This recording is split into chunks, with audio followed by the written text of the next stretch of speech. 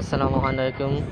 Result বাইয়ের কারণে আছে এসএসসি জিএসসি যে কোনো রেজাল্ট বাই করতে পারবেন আপনারা এই ওয়েবসাইট থেকে ক্রোম ব্রাউজারে ঢুকে এসএসসি রেজাল্ট সার্চ দিলেই আপনারা এই অপশন নিয়ে যাবে। এখানে আপনাদের সম্পূর্ণ ইনফরমেশনগুলো দিয়ে সাবমিট করবেন, রেজাল্ট এসে যাবে।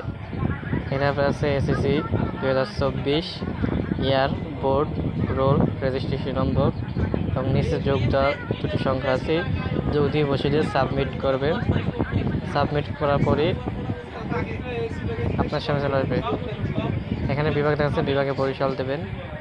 রোল নাম্বার দেখাচ্ছে, আপনার যে রোলটি দেবেন। রেজিস্ট্রেশন নাম্বার দেখাচ্ছে, এখানে আপনি রেজিস্ট্রেশন নাম্বার দিয়ে দেবেন। রেজিস্ট্রেশন নাম্বার দেওয়ার পরে